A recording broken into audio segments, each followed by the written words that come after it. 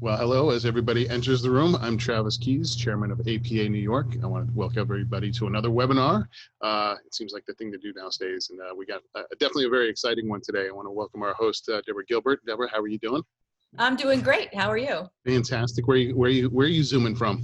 I'm zooming from out in the wilds of New Jersey. Oh, nice, nice. And today, finally, we got a little sun, which makes it a little better. Yeah, A lot better. The mood, you can feel the mood when it's a rainy day and stuff like that. So today our webinar is on outside the gallery system, selling your fine art and photography outside the gallery system via local art fairs and pop-ups. I'm going to hand it straight over to you, but before we do, I just want to say I will be watching the Q&A panel here. So if you have questions, don't put them in the chat, put them in the Q&A, and I will be watching that, and you'll be able to ask questions. If it's something that's kind of really important to what she's saying, I can kind of pop in, but otherwise, you're also will have a Q&A period at the end of this webinar as well, or towards the end of it. And Deborah, take it away and share your screen. Okay, thanks everybody. I'm going to share my screen now. Don't desktop shame me for all the clutter on my desktop which you'll see before I open my keynote. But here we go. I found someone who has worse at it than I am. Yes. The inside of my head looks much like my desktop. So welcome everybody to this. Some of you may have seen me give this talk before, but this is an updated version. Before I've done a talk only on selling your work at local art fairs, and I've updated it to include pop-ups, starting doing your own pop-up show. So really, any kind of a show that you're in that's outside of a traditional gallery show is a pop-up. So a local art fair is a different kind of pop-up. It's the difference is if you're in an art fair, other people decide who's in the pop-up with you. If you organize your own pop-up, you decide who's in it, whether it's just you or whether you bring in some fellow photographers to work on it with you, pool your resources, pool your work, because it's a lot of work to do. And in this presentation, I'm going to be giving you lots and lots of information, lots of specific information. And so fasten your seatbelts. And this is being recorded, so you'll be able to watch it later if you miss anything. And my background is I've been an event producer since I was like in 10th grade. I started, and really, when you're doing a pop-up, you are an event producer. And some people think they can't do an event. They've never done an event. But if you've got married and organized your wedding, that's an event. And if you can do that, it's the same kind of thing as doing a pop-up. Everyone has, this person doesn't want to be next to that person. You have to find a venue. You have to settle all these issues. It's the same kind of a thing, except because it's any kind of temporary event is a pop-up. So the only difference is in a pop-up show, you have art to sell. But as I said, my background, I started doing large-scale events when I was in 10th grade, fundraisers. Started with roller skate-a-thon when I was in 10th grade to raise money for Leukemia Society because a schoolmate's brother had passed away from it. And then other kids who worked for the Muscular Dystrophy Association saw what I was doing, and they asked me to join them in doing some events. And at the time, Muscular Dystrophy Association, funded by the Jerry Lewis Telethon, they had something called Youth Leadership Program where kids who were expressed an interest in organizing events, they'd have intensive workshops, weekends, intensive, where they teach you everything about organizing events.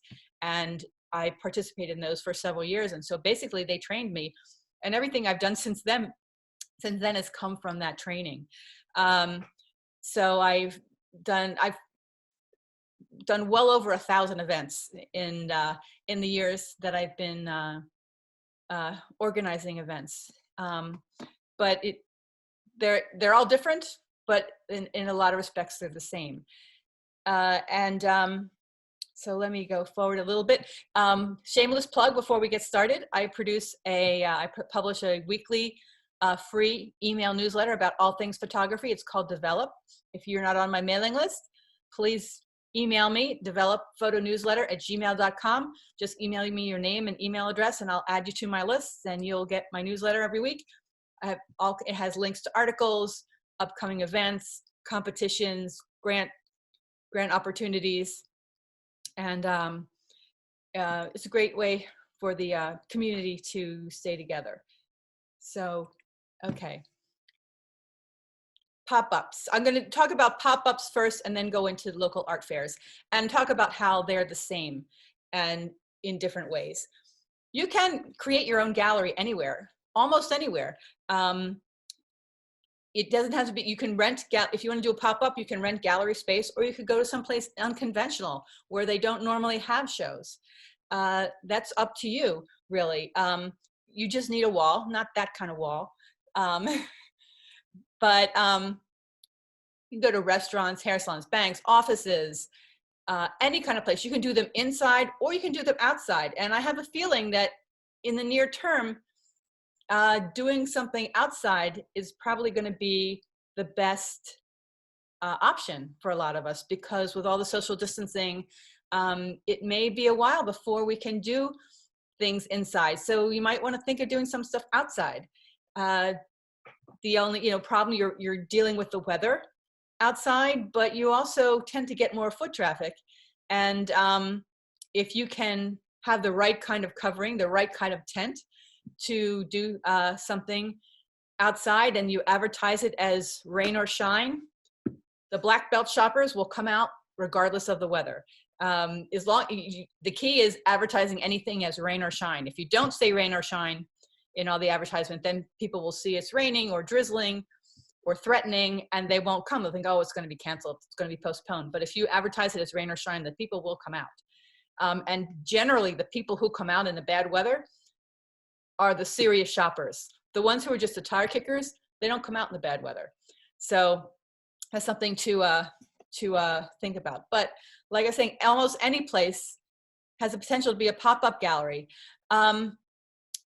You have to think in terms, if you're going to approach someplace, say there's some restaurants, you start looking around at walls. Last time I gave this talk, I said this, to start looking around, thinking in terms of walls, what would make a good pop-up? And someone went right after my class, and he went to a furniture shop, and he proposed doing a show of his work, and they accepted. And he had a pop-up show in a furniture store.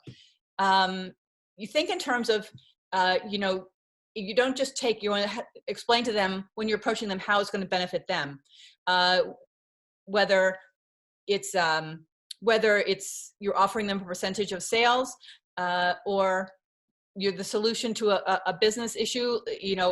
A furniture store, if they don't already have art on the walls, or maybe they have art that's been up for a long time and it's stale and they just would like to put up something else, show them your work. If it's something that complements what they're already selling, that's great for them. They can have a whole room that they can sell people.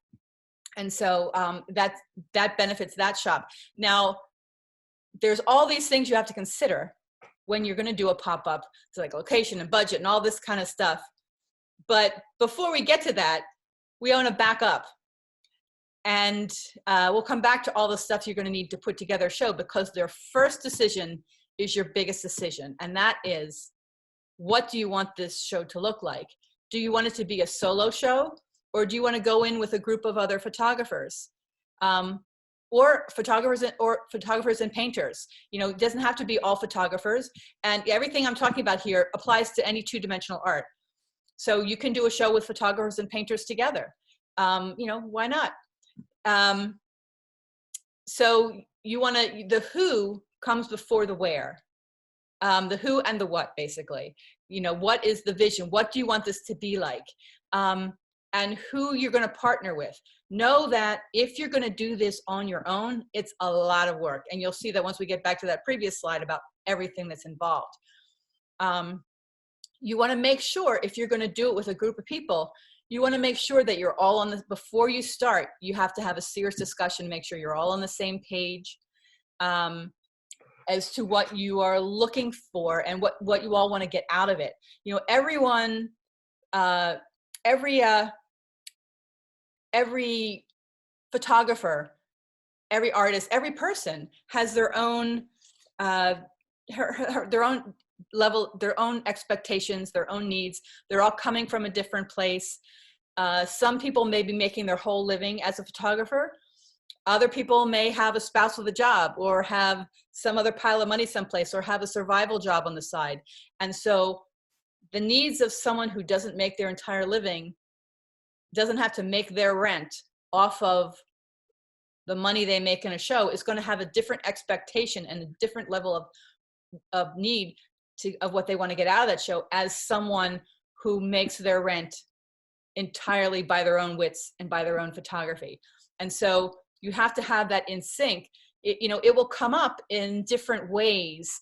Some people may want to do it just for fun, and you may have a group of people, and it all sounds like fun and games, and then you get into the nitty gritty of everything involved, and suddenly some people will get cold feet and want to drop out, and that leaves you a little bit in the lurch if you weren't expecting that. Always know, if anyone who's served on any kind of committee knows that happens on any kind of committee in any organization anywhere. And that can happen with a pop-up show, and it can make things more difficult. So you want to have a serious conversation, and it's perfectly okay that everyone has their different requirements. But it can be in, show itself in how commercial someone wants a show to be. Meaning, some people will be happy to have a show, and it's just a thrill for them to, have a show, whether it's in a gallery or someplace, or in a restaurant, and they can have an opening and all their friends can come and see their work hanging on the walls. And that's enough for them. Maybe they have a spouse with a job, and that's fine for them. They don't, care if they make a sale. But, if you're a full-time photographer, you're going to have a different need. So, and that also would come up, like, for example, I was in a pop-up, and it was decided, some shows do now, they don't put a card next to each photograph. There's a thing in some galleries now. It used to always be, there'd be a little card next to every piece that has, the title and the photographer and the price. So it's right there. So a customer comes in, as people are walking through the gallery, it's right there. It's a subliminal reminder that this artwork is for sale. But some places now don't do that. They just have a reference book. If someone's interested, they can go over and look through the reference book and look up the piece and look up what it costs. To me, that's not as upfront enough a way of selling. But if you are in a group, and the group decides, well, we don't want to have those little cards, you have to go along with that, even though you might know that you might make better sales if the card is right there for everyone to see, to make it obvious that these are for sale. So that's the kind of things you want to go through all this stuff in advance and make sure everyone's on the same page, or you can make things difficult for yourself, and it can get frustrating. But once you have your crew, you have your team, or you're just doing it on your own, there's all these things you're going to need to consider. You're going to need, obviously, you have to find a location. You have to figure out a budget. There are different locations. For example, you might have a location that you'll rent. Like, a great idea is, there's so many empty storefronts. If you're walking around your neighborhood and you see a good storefront, good foot traffic, you can see in, and you can see that they have all these nice bright white walls empty, just waiting for stuff to be hung. And it's for rent. Why not contact the real estate people and say, hey, I'm thinking about having a pop-up. What would it cost to rent your space for a week or a month? And see whether they go for it or not. Now, if you're doing something in a location like that, you're going to pay a rental fee. So you're not going to give them a percentage of your sales, unless you work out that kind of a deal with them. Maybe it's a benevolent real estate developer. There may be some of those out there, and maybe he or she will allow you to rent the location for whatever amount of time, and it'll be just, they'll take just a percentage of sales. That's like hitting the lottery if you can find something like that. There are, places that want to support the arts, or there's some kind of a, tax break in that for them if they do something like this, and the place is sitting there empty, and, so it can be a benefit to them. So that's a really great, and I've seen around the city that happening. And I don't know where everyone who's watching this is from. In New York City, it's finding a location is the hardest thing. In other places, it's not as difficult. But, you can do the same thing. There are empty storefronts all over the place. So that's something to think about. So then you have to come up with a budget. How much is this going to cost? And how much do you have to spend? And if there is a space in between how much it's going to cost and how much you have to spend, you have to figure out how to bridge that space. You could do a GoFundMe for your show, which is a way of pre-selling your work. Really, it's not, some people look at it as like a handout, but it isn't really, because if you structure it so that people who make a donation get something, they get a piece of your work. They don't, GoFundMe and Kickstarter, they don't like people to think of it as pre-selling work, but that is essentially what it is. So that's a way of bridging that gap. And you have to think about how you're going to prepare the work. If you're going to everything's going to be hung, framed, or just matted, or are you going to do a clothesline show outside in a park? There's a really great show in Long Branch, New Jersey that started out, it has temporary fencing and people hang their work on the fence. The park normally doesn't have fencing. They put up this fencing for the show and people hang their work. Some people still do booths, but other people hang their work on the fence. And it's this sort of, day out in a park for people, but people can sell their work. You have to think about logistics and staffing. Even if you're doing it on your own, you really can't do it on your own. You're going to need people that are going to have to help you, whether you have to hire them or you have friends or family who can help you, whether it's booth sitting during your show or helping you load in or load out or helping you hang the work, help take it down. There is some stuff that is physically demanding that you're going to need more than just yourself to do, even if it's a one-person show. You're going to have to get insurance, especially liability insurance. And everyone, when they do a show, they want to have an opening. And just know that if you have an opening and you offer refreshments, and among those refreshments is alcohol, you have to pay more for your insurance. You have to get a rider, and you have to make, there's, more expense involved, and you have to make sure it's okay with the space. But if it is okay with the space, it does cost you more for insurance if you're going to, have wine or spirits at your opening. You have to think about advertising and public relations. It should say advertising and publicity, and understanding the difference. The difference is advertising is what you pay for, publicity is what you get for free. And you have to put together a campaign that's a combination of the two, and you have to leave yourself enough time to account for the lead time for any doing a campaign. You have to think about digital and peripheral assets, meaning a website. You're going to put together a website for this. So do you already have social media? Do you have a following? If you don't, if you're thinking pop-up is something you want to do, you can't wait till you're going to do your pop-up to build your social media following. You should already trying to build a social media following. And if you are, at some point that following will, come back to you and maybe come to your show or bring a friend. If your following is all photographers, maybe they won't be qualified buyers, people who are going to spend money, but they may have friends who come with them. You never know. And once you decide what to do, you're going to have to find your date, and you're going to have to work backwards, and you're going to have to map out your schedule and have all kinds of deadlines for yourself to keep yourself on schedule and to get it all done. And just know going in that it will take a lot more time than you're anticipating. It's a great fantasy to see a pop-up show, and it looks really great. If you go to one, it's just like, that old saying about, duck gliding through the water. It looks really serene, but you don't see all the feet. You don't see the feet paddling underneath the water. That's what it is to do a pop-up. There's a lot of work to go into it, but if you do it right and you do all this work, once the show opens, it's nice and calm and serene. And that's what you want, because you want a nice, calm and serene space that your qualified buyers walk into, and they don't see stress. They don't see people running around going, oh my God, what's going on? They're just, walk into a nice space and they can see the work and they can concentrate on the art and hopefully buy some stuff. And if not buy now, at least keep you in mind for something in the future.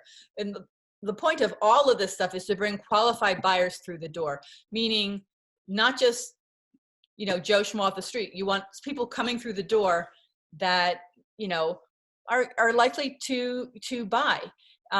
You want bring all kinds of people in, but you want to concentrate on the other people will come automatically, but it's the qualified buyers that you have to work to get through the door. And you find qualified buyers by getting publicity in the right places and getting advertising in the right places. So all that is what goes into it. We already backed up, so now and if that's overwhelming, and with all the stuff I'm explaining, it sounds like a lot of work, and it is a lot of work, but I don't want to discourage anyone. I'm not here to discourage anyone by telling you how much work it is. I just want you to know going in how much work it is, so that you know that, and so you can be successful at it. Because it is doable. Even though it's a lot of work, it is doable. And you just have to take the idea of it and break it up into nice bite-sized pieces that you can tackle. But if it sounds overwhelming, there's other ways you can market your work to interior designers, designer house showcases or studios. You probably, every once in a while, you hear about designers doing show houses. Whenever they do that, they'll have a big house, and every designer takes a different room and decorates it, and they're always looking for work. And actually, contacting interior designers, if you do it simply, they're happy to be contacted by artists because they're always looking for new stuff to bring to their clients. So if you have good work, if you have work that goes with the style of work that they do, and they're happy for you to, drop off your card and say, hey, I'm a photographer, and this is what I do. Here's my website. Because that helps them. I mean, they make a percentage of all the stuff they sell to their clients. And so they're happy to find new stuff to sell to their clients. So if you can work with some interior designers, it's a mutually beneficial relationship. And so by all means, that's definitely something that you should pursue. And I will say that very often, most of the designers that I've worked with have found me through local art fairs. They very often will be walking through an art fair like anybody else and looking for work to keep in their file. Some of the best gigs I've ever gotten was because I was selling my work on the street at an art fair, and an architectural designer or interior designer saw my work and hired me for a commission. I have my work, I have 14 pieces hanging in the Bellagio in Las Vegas because someone saw me in a little booth set up on University Place and liked my work and bought 14 pieces, bought me a van. So you never know. Some people look down their nose at some of these venues, but you never know who's going to walk along and see your work there. It's another way of getting your work out in front of people. There's also retail gift galleries. There's also commercial art publishing. And I put a question mark there because that, you have to, if you get into commercial art publishing, they reproduce your stuff as posters and, sell it all very inexpensively. And you get a very small percentage. Usually it's about 8%. There's not a lot of money in it unless you hit it big. It's sort of like writing a novel. People think that novelists make a lot of money, but most of them don't. But if you, become J.K. Rowling, you do. But if you have the kind of work that somehow, that's what would be called in the wall decor. It's not challenging work. It's just pretty work, calm work, the kind of work that people want to hang in places where they're trying to keep people calm, like doctor's offices, dentist offices, any kind of waiting room. If you have that kind of work, and you get in with a commercial art publishing and they publish a collection of your work and it hits, you can do very well. One thing we also have to talk about is, pricing your work. And we also didn't talk about what kind of work to do. And I'm not going to tell you what kind of work to do. The whole point of you doing photography is so you can do what you want to do. I will say that I read a stat someplace in an art business magazine years ago that said 85% of artwork sold are landscapes. So any of us who don't do landscapes are dividing up that other 15%. I don't know if that's still, that percentage still holds, but that's, what it is. So you have to do the work that you love, that feeds your soul, and then you go out and find your audience. And whether you find your audience in a pop-up or an art fair, which again is still a different kind of pop-up, that's what you do. Pricing your work, that's no one can tell you how much, to charge for your work. You have to, you have it in your head, what you want to get for your work. But then there's what you think, what people will pay. And so it's somewhere in between. You have to take into considering your materials cost and your labor. That includes your time and your overhead and your selling expenses.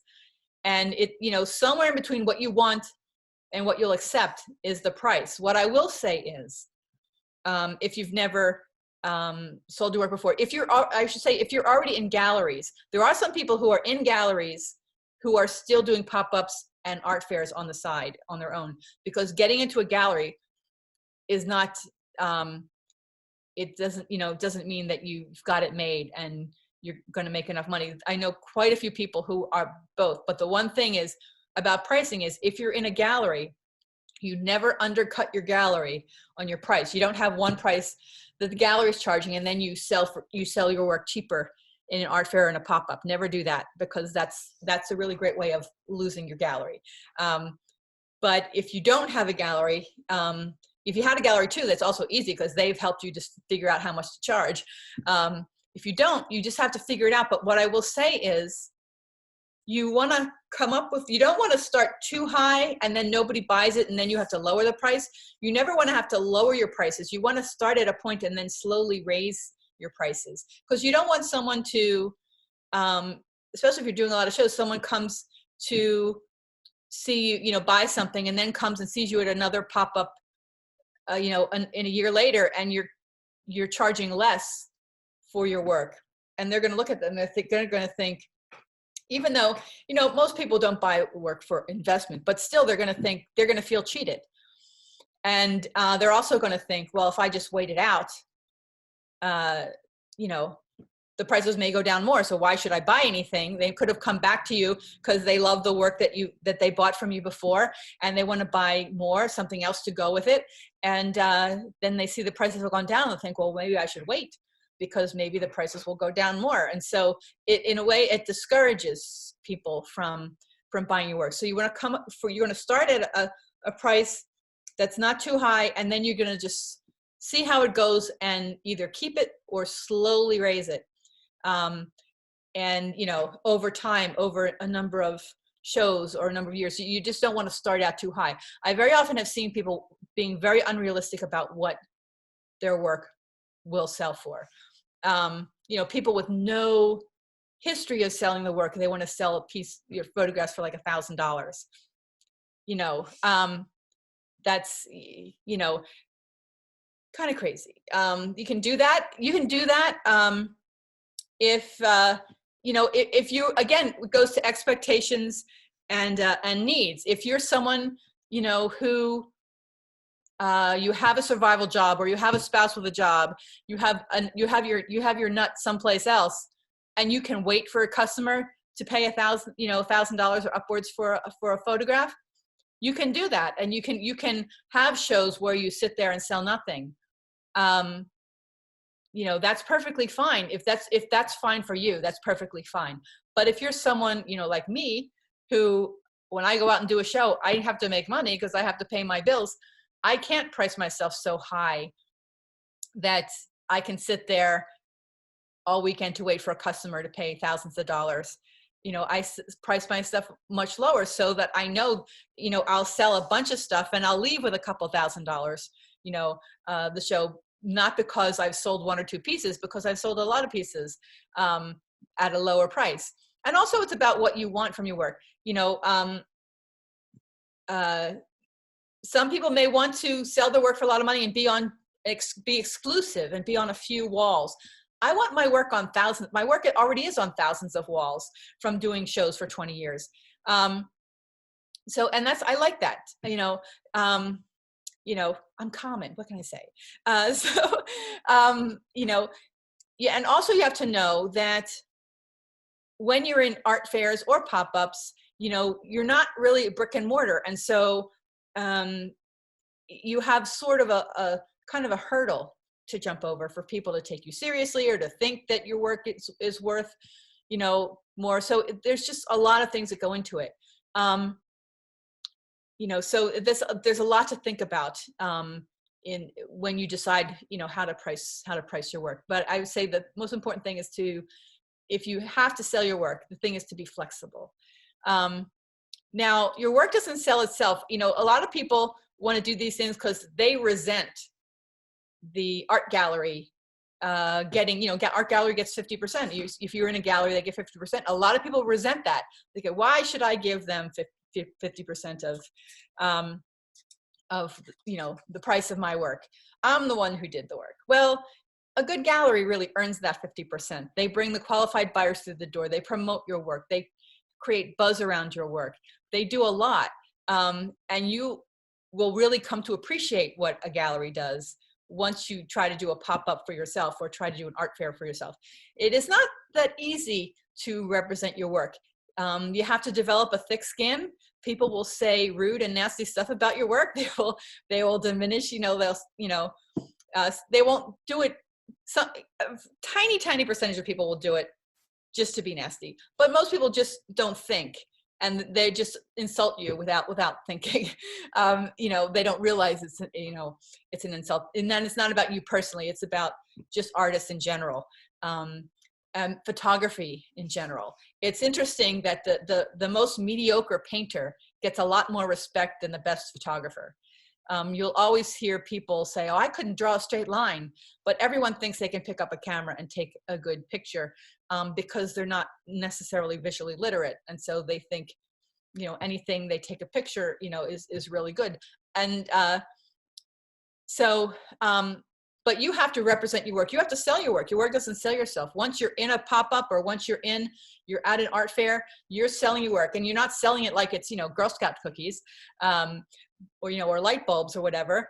But you are selling. And what is sales? A lot of people don't understand what sales is. You don't do a hard sell. You're not selling used cars. And I don't know about you, but I hate a hard sell. I always feel like, I want to take a shower after I've been around a salesperson that gives you the hard sell. The desperation doesn't give people confidence in your work. But what all sales really is, the key to sales is you just say the one thing that allows your customer to give themselves permission to do what they already wanted to do. That's what sales is. You'll start to see which of your work people are responding to, and you'll see, you can see people, you can see them looking at your work, and you can see the wheels turning in their head. Like you can tell that they like something, and but they're thinking, well, I have, I really like this, but I have to pay my rent. I have my Visa bill. I have this, I have that. And so you just get them in a conversation and you say the thing that allows them to justify to themselves why they can buy this thing that they really wanted to buy. So for me, one of the things I mat everything in standard sizes. So, when I do a show, I have things hanging up on the wall that are all framed, but everything that I have in browse boxes, everything is matted to standard size, 8 by 10, 11 by 14, 16 by 20, 18 by 24. So a lot of people are framer phobic because they think, oh, I'm going to have to go, because one of the things they're thinking of is, oh, I'm going to have to take this to a framer and this is going to cost me a couple $100s to get a frame for this. But I can say to them, everything is matted to standard size, so it'll drop right into a ready-made frame. You can get this frame for less than $20. And you can see them go, oh, and that's very often something like that makes a sale, or just allowing them to know what the value is, I mean, you be honest. Like I always mention to people, part of the patter that I mention to people is, you know, everything is matted in acid-free materials. So, you know, it'll last. You know, my standard joke that I've told a gazillion times is, you know, everything's matted, everything's archival, so that your great grandkids can take it to the Antiques Roadshow and say, I don't know what it is. It was always hanging in the living room, you know. And so I've been telling that joke for a very long time. But also what you'll find with regard to sales is a lot of people you'll find really don't have any confidence in their own taste, or they don't know how to hang art. They don't know how to live with art.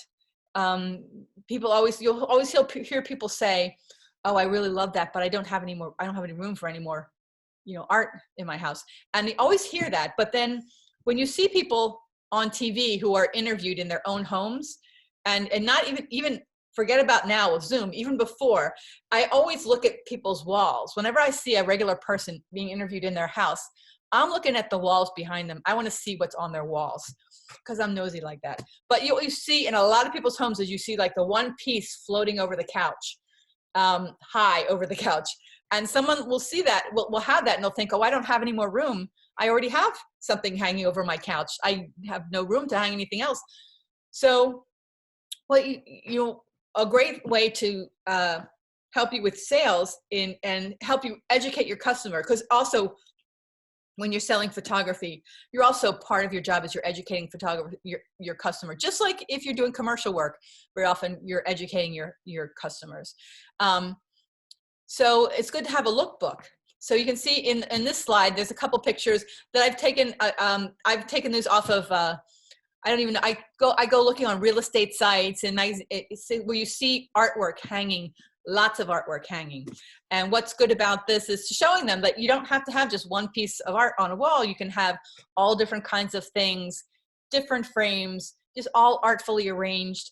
And just show them, look, this is what someone else is doing with art on their wall. So you do have room. You may think you don't, but just have, you know, suggestions. And here's some more suggestions. I love this one on the top left. This is like my favorite.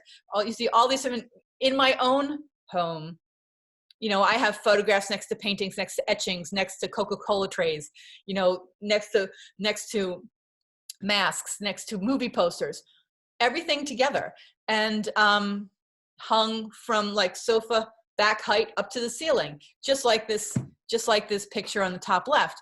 And just showing these to people, and you can show them, or this one on the bottom right, show how there are those two pieces over the cabinet there, but then there's one piece that's lower to the ground, you know, beside it, and that looks really cool like that. Or on the picture on the top right, where someone may have that room and think, oh, I don't have any room for photographs, but there's this line of photographs hung vertically right by that cabinet that looks really nice.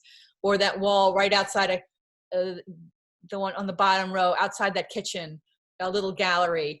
The one that's on the bottom left, I said this one maybe not so much, because if someone doesn't have confidence, some people very often think there are rules about how they watch too many decorator shows and they think there are rules of how they should hang their work. And if someone sees this one on the bottom left, they might think, well, wait, everything has to be the same size and the same frame. So I might not use something like that, but show people, you know, and I have like a notebook with pictures like this printed out just on a desktop printer in plastic. So you can leaf through this and show people all these different suggestions of ways that they can hang art in their home, how they can live with art.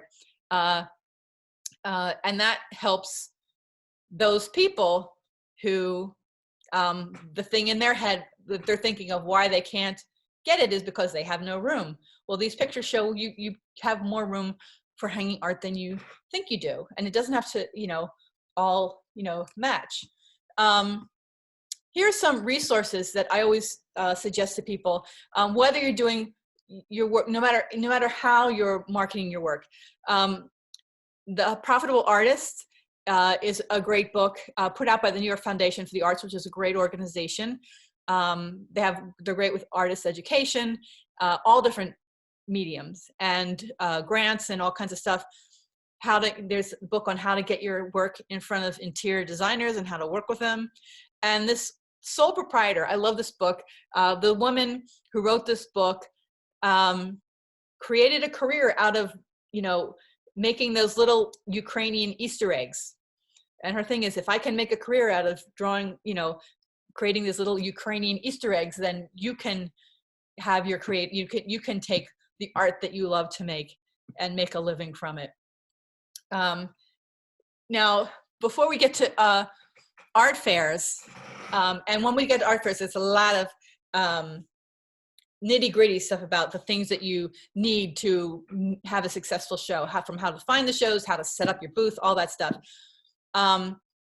What's really important, no matter which kind of venue you use, is to treat it like a business, even if it is part-time. Meaning, you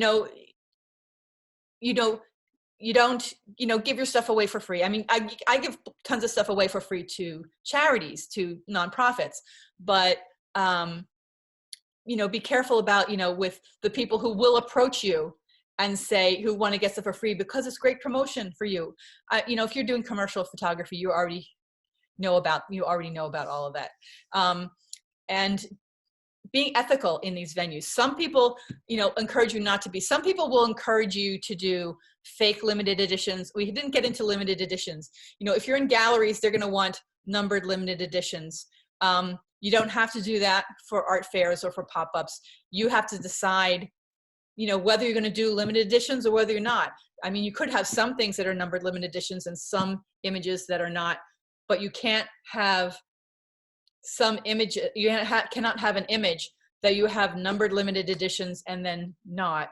And there are some people who do fake numbered limited editions and encourage others to do that, but I don't. That's just not, not the right thing to do. And I would say also, don't quit your day job too soon. I've heard lots of stories about people who were working full-time jobs, and then they got into art fairs and they did really well. And then the next season, they didn't get into the same shows, and they were kind of screwed, because you don't necessarily, a lot of the best shows are very competitive. They may have 2,000 applications for 200 spots. And they're juried to get into, which we'll get into shortly. It's good to have at least a part-time job to take the pressure off your what you need to make for your art. Because what I have found is there have been times like if you things aren't going well, like after the recession in 2008, which business went in the toilet basically then, and you don't realize that you're desperate to make any kind of a sale. And so you start to pounce on people when they walk into your booth. Can I help you? Because you're desperate to make a sale. Getting at least part-time work to take some of the edge off that. So people come into your booth, you can be more relaxed. And that helps you have a more positive, more productive, I would say, interactions with, potential customers. And finding balance is really tough. There's one year I did 43 art fairs. And that was completely crazy. I made a ton of money, but I couldn't keep doing it. It was just crazy. I would, do fairs. I was doing them up and down the East Coast, going as far west as Chicago. And I'd get home. I'd, leave the fair the art fair on a Sunday night and drive all night if it was far enough away. And then get home Monday morning and start printing and matting and framing and getting ready for another show, the following weekend. And it just was crazy. You don't want to, work your way into oblivion. This is one of my favorite quotes. And I always share this to my portfolio development people. It's about balance and pressure and creative blocks and procrastination.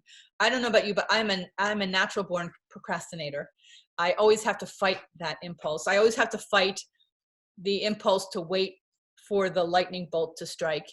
But this quote from Chuck Close is one of my favorites. I have it printed out on my refrigerator. It says, the advice I like to give to young artists, or really anybody who listen to me, is not to wait around for inspiration. Inspiration is for amateurs. The rest of us show up and get to work. If you wait around for the clouds to part and a bolt of lightning to strike you in the brain, you're not going to make an awful lot of work.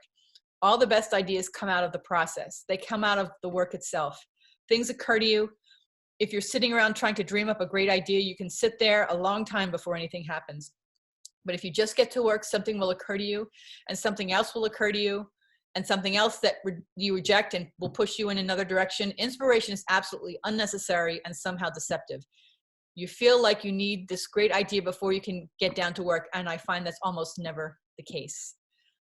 You know, you can find this quote online, Chuck Close. I would recommend to anyone, find it, all these, you know, websites that have quotes. Look for Chuck Close quotes and print this out and hang it up someplace. Now, this I want to show you. I was talking about not getting discouraged. A lot of things I'm talking about make this seem like a lot of work, and is a lot of work, but I don't want you to get discouraged. And as an example of why you should not get discouraged, this is my first attempt at baking a cake. You know, your first attempt at doing a fair may look like this. This, you know, tasted good. It was not good for presenting to guests, I would say. And it didn't turn out the way it should have. Nothing like, there's the picture on the right. That's what it should have looked like, the picture in Oprah magazine. But it did not. And then, you know, I became, you know, obsessed with the royal wedding cake. It's lemon elderflower cake, and I really, really wanted to try it. So I tried to make it myself. And this is my attempt at making Meghan and Harry's royal wedding cake. There's a metaphor in there someplace. I'm not sure what it is. That's lemon curd in the middle that somehow didn't set. I don't know why. Yeah, and Italian meringue buttercream.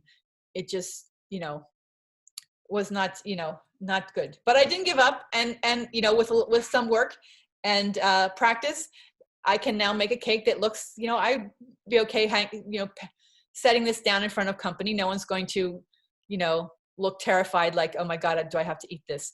You know, how polite do I have to be? So don't be discouraged. Keep trying.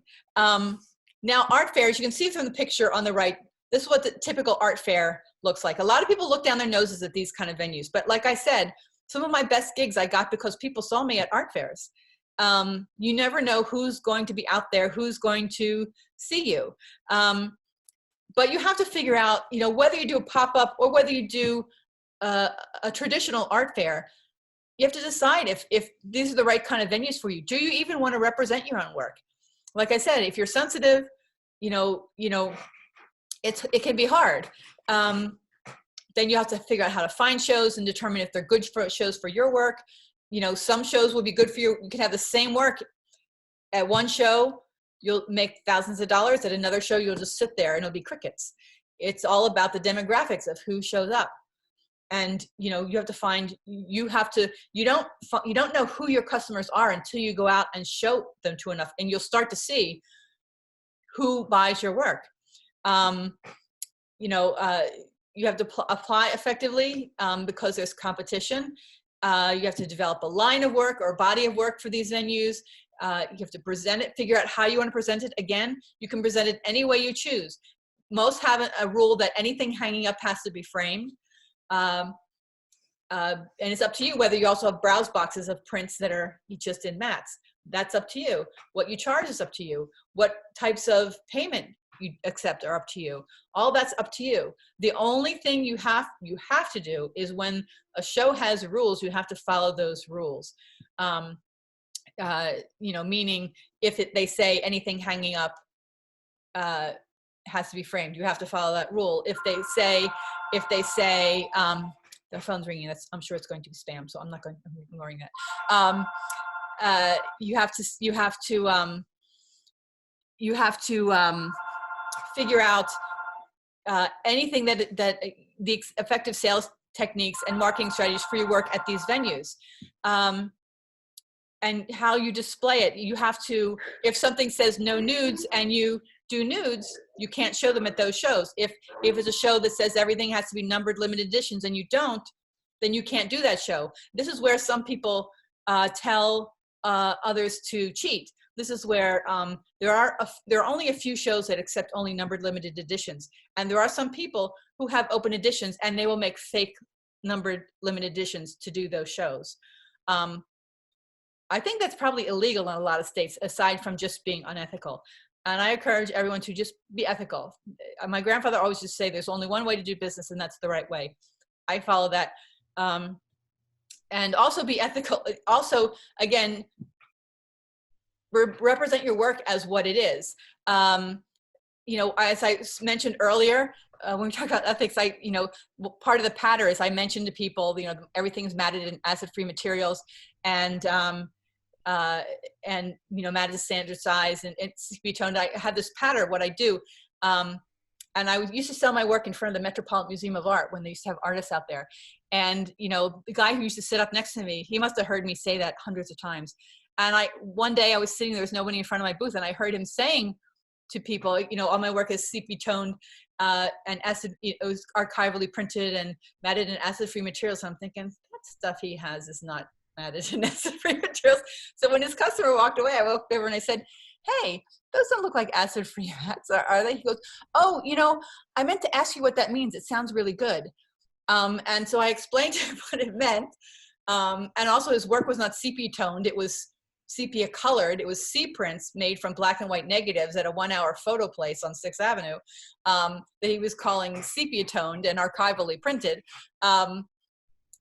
And he just kept doing it, even though I explained to him what it was. He kept doing it. And we had some nice work, but after a number of years, he had to stop selling his work because people were starting to come back to him because the stuff he had sold them was changing color. And so he had to stop doing,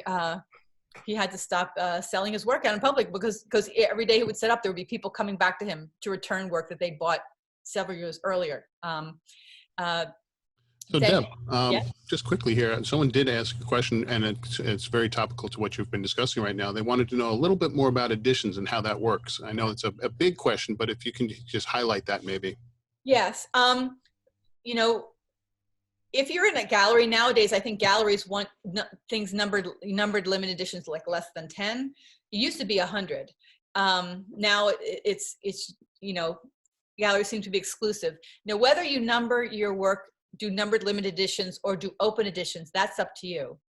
You just have to be consistent, meaning you don't, you know, do something and make a numbered limited edition, and once you sell, like say you do 100 or you do 10 or you do 25, whatever it is, once you sell through that edition, you print it again and start numbering over from 1 again. You know, you don't do that because that's, like I said, I believe that's illegal in some states, but it's also unethical.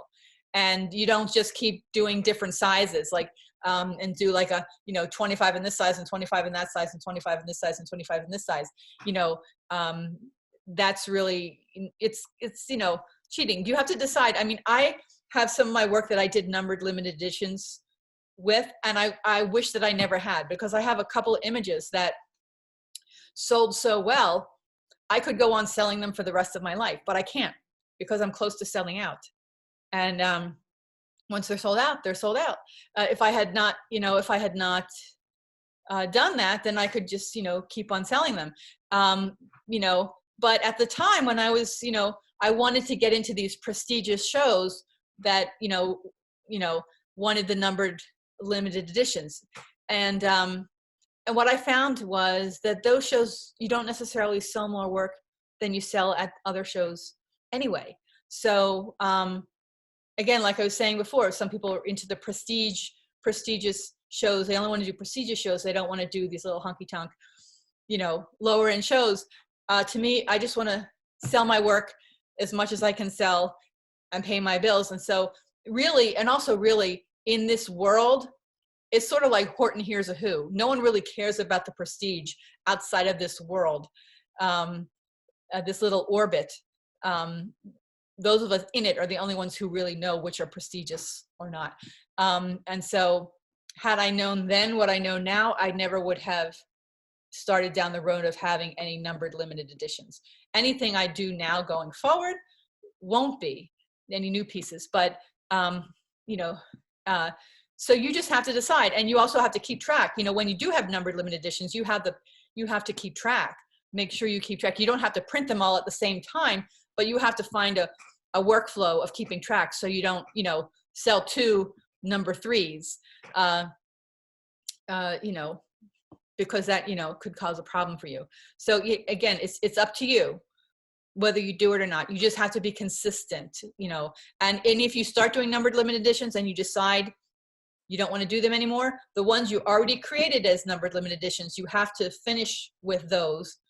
And then those images are gone, you know, but anything else you do new, you can do it without numbering them. You know, that's all up to you. I hope I answered. If I didn't answer your question, you know, ask it again. Now, this is, you know, a little pop-up street stand on the streets in New York City, which I used to do sometimes.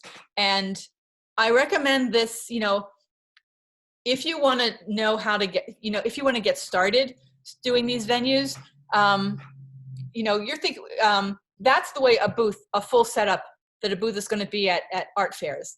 A rig like that is like about $2,000. And that's before, you know, you just for the booth and the walls. That's before you ever hang any work. So what I always say to people is, before you spend all that money,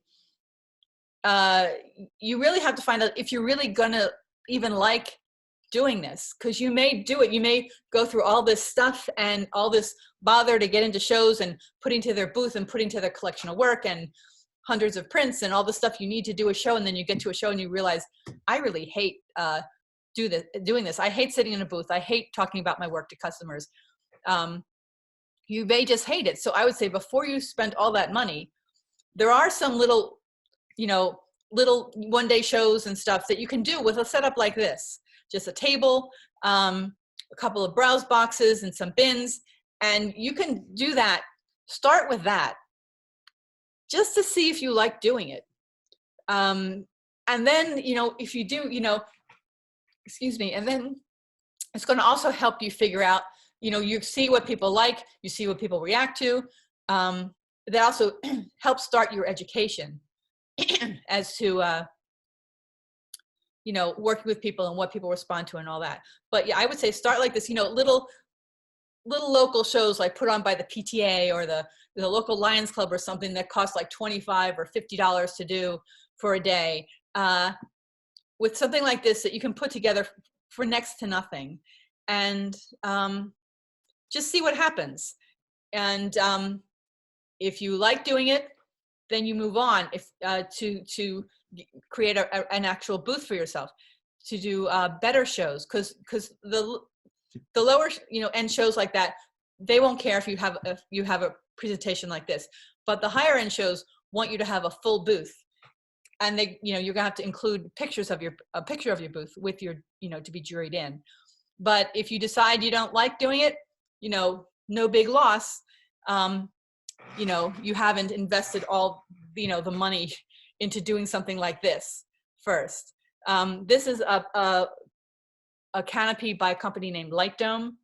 And you can see it has awnings, and you can see it has weights, those white vertical things that look like PVC pipe, which is actually what they are, PVC pipe filled with concrete to help weigh it down.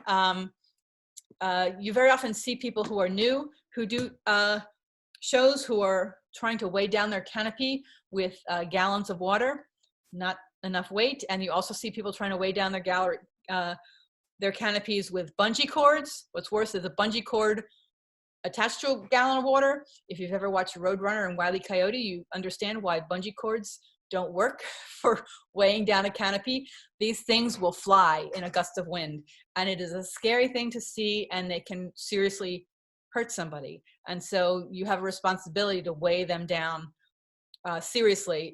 If you can, like, you probably can't see, there's ropes in the back where I have it also staked into the ground in the back.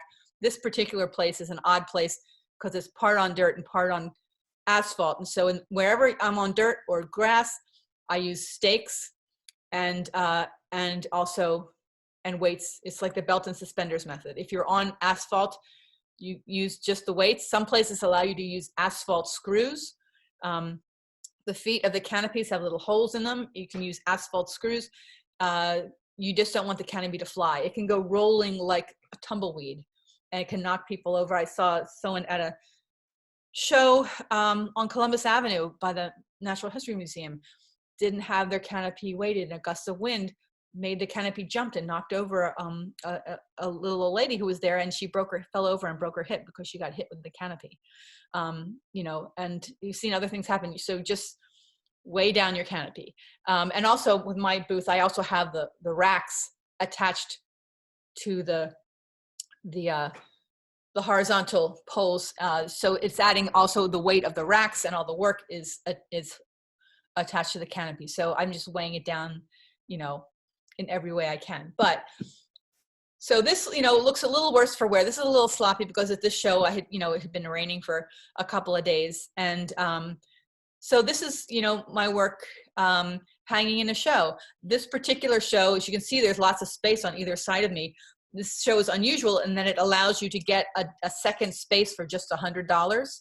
And so I just got, when I do this show, I put my canopy in the middle of the big space. So I have open sides on either side, which is good. Even if you don't put stuff on the outsides of your booth, it's good to have, just so you're not crammed up against somebody else, because it helps people to see you. And awnings are great. They help keep the rain off of you. They help keep the sun off of you. Now you'll see the difference between this, whoops. That's the reality of what my booth looks like at a show. But my booth slide, if I'm jurying, is more detailed. It looks a little neater. You know, this was set up in my mom's driveway where I set everything up just to take a picture. You know, what's missing is like chairs, and it's more detailed so people can see that it's the jury can see it's my work hanging in the booth. And so it's not being deceptive. It is my booth, but it's just the best version of my booth. And there's, you know, a linen tablecloth here, which I wouldn't use when it's raining. So one of the things you're going to have to do is when you find a show, you're going to have to apply to get into it, and you submit usually 3 or 4 images of your work and then one of your booth. And so you wouldn't get into a high-end show with a booth like this, but once you move up, you decide you like it, you can get into getting a professional setup. Now, different types of shows. The lower level, that's the one I mentioned that you can get into, you know, the local shows, the $25 or $50 shows. Don't dismiss those. You can make a ton of money in those shows. There are some like along the Jersey Shore, different tourist places. You can do really well. If you do a show, there are some shows that are like, I would call them lower end shows, but they're like traditionally like crafty type shows, like, you know, people selling, you know, crocheted toilet paper covers and stuff like that. But they will take photographs. And if you're in a show like that, but you're in a very affluent area and you don't have any competition, you're going to clean up. And then there's medium level shows, which are like usually 2 or more days. And those are the kind of show on a one-day show, you can have the kind of canopy that they have at farmers markets, those nylon canopies. Once you get into a show where you're going to be there for 2 more days, you need sides. You need to be able to shut your booth up at night. Then you get into the upper level shows. Those are, again, like 2 or more days. Those get to be very competitive. They can have thousands of people applying for a couple hundred spots. And one of the things you want to do when you're applying is you want to make sure you know how many booths, how many artists they will take, and find out how that compares. Because some shows may be really competitive and suddenly they decide to double the number of artists that they've accepted.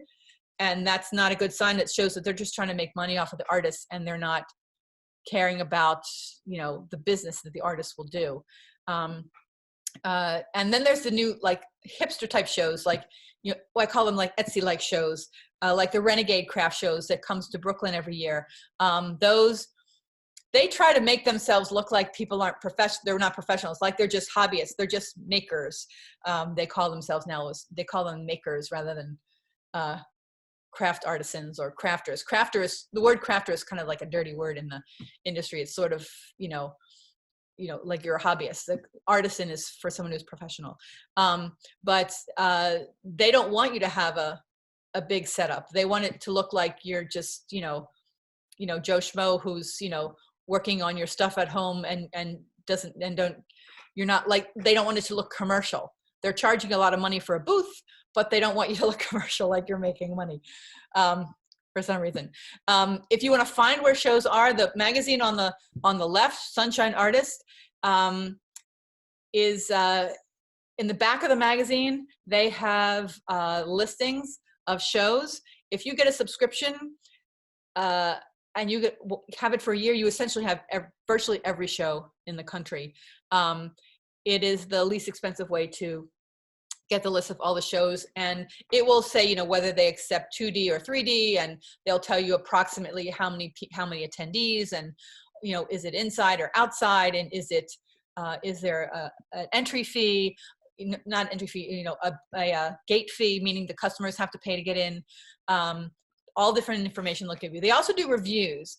The reviews I wouldn't pay too much attention to, because unless the person writing the review has work just like yours, it doesn't really matter whether they did well or not, because they don't have work like yours. And so, it just, when I first started, I was going by the reviews, and I couldn't understand why I was doing shows getting great reviews and I wasn't doing well. And then someone pointed out to me, Debbie, do you know who's writing the reviews? And they pointed out to me the woman who was at a show, who was one of the people who writes reviews for the region. And she was selling these little barrettes and headbands, plastic barrettes and headbands that she doodles on with acrylic markers that she sells for like $3 and $4. And that's the person writing reviews. So what does that have to do with what you have? And so that was why, it wasn't, relating. Art Business News, I believe is just online now, but it's a great publication for finding resources for framing materials and anything you need resource-wise to present your work. And also, it's a magazine. It's a industry magazine for galleries and frame shops. And again, frame shops, that's another place to do a pop-up show. Crafts Report is mostly for the 3D for crafts, but they have some great business articles that really relate to doing pop-ups or art fairs, regardless of what your medium is. So it's a good thing to get a subscription if you're just starting out for a year, just to read their business articles. And then Zapplication.org. Oh, my cursor is back. Travis, the cursor returned. Zapplication is an application service, meaning there's a lot of shows that use it now. You load your images, you start an account with them, you load your images in, and then they have a lot of shows listed, and you can apply digitally. Whereas, back in the day, you had to send in slides. You remember slides. You had to send in slides of your work with a paper application that you filled out by hand. But now you can use Zapplication. The problem, the bad thing about that is now it costs more to apply because everyone's paying for that service. And also it's so easy to apply for shows. A lot of people are double applying. And so they may apply for 2 or 3 shows in a weekend, and to make sure they get into one, and they may get into multiple shows. And so a show may have their jurying and they announce who's in the show and you didn't get in, and you have to wait until a second tier, because some people got into 2 shows and they have to decide which one they're going to do, and you have to wait for them to cancel out of the show you really wanted to do to see if you were waitlisted. It's made shows have to waitlist people. So if you're on the wait list, you get in later. And that's another thing. If you are waitlisted for a show, if I'm waitlisted for a show, I always respond and write to send an email to the promoter and say, thank you so much. I just know that I remain interested if anything opens up. And then periodically, like once a month or so, just say, hi, I'm still here if anything opens up. And there've been a few times where I just happened to be contacting them when, oh, something just opened up. And who knows, if I hadn't contacted them, they might have given it to someone else, but I just happened to be contacting them when someone just canceled and I got in. And so, you know, that can happen. Now, when you're applying, before you apply, you want to know if it's going to be worth your time. And so one of the things is you have to read the prospectus of what the show's about and think if it seems okay for you. Then I always contact the show, if it's a new show I've never done before, to talk to them first and ask them a couple questions. And I try not to be a pest, but to me, what I'm looking for is their demeanor and how they are talking to me as an artist. Because that tells me whether I want to do business with them. Because essentially, if you're doing a show, you have your own customer. The people who come to the show and buy work are your customers, but you, an artist, are the customer of the show promoter. And you want to know that they respect artists, that they also know what they're doing. And you want to ask them about certain things. You want to make sure there's no buy sell in the show. I always ask, you know, how do you keep buy sell out of the show? Buy sell is when someone buys stuff and sells it as if they're, you know, something made in Guatemala and pretends that they made it themselves. That's called buy sell. And if someone says, well, you know, there's nothing we can really do about that. I have to think, if it's a show that's going to be timed to travel, like, am I going to like drive to Western Pennsylvania or Delaware or someplace far away to do a show if it's going to be full of buy sell? Because technically what the buy sell stuff is, if a show takes buy sell, it's a downhill slope. The people that we need as photographers, we need an educated audience, someone who is sophisticated enough to understand why photography is valuable. And someone who's interested in buying stuff that they could buy at Target isn't going to be our customer. And so if they say that, then I'm not so interested. If it's something that's nearby and I don't have anything else that weekend, I may do it anyway. But if it's far away and it's going to be a big investment, I generally won't do it. But if someone says, well, we jury on site, meaning, to make sure, everything is correct, meaning that they've juried to get people into the show. But then a good show will jury on site, meaning once people are set up, they go into every booth to make sure that the stuff in the booth is what people applied with. Because people generally with buy sell very often will send pictures of one kind of work for jurying, and then they show up with different work, that they can sell cheap, and they're just running kind of a little scam. But there are shows that really take it seriously to keep it out, and that's a show I want to do. And I also ask them about advertising and publicity, because I'm trying to hear if they understand the difference between advertising and publicity. A lot of people don't. Excuse me. I want to make sure that they do. I want to know, where they advertise, what is their plan for a campaign. If you get someone who says, well, the show's been here for a lot of years, everyone already knows it's here, so we really don't have to do anything. Nope. You still have to advertise. You still have to have a publicity campaign.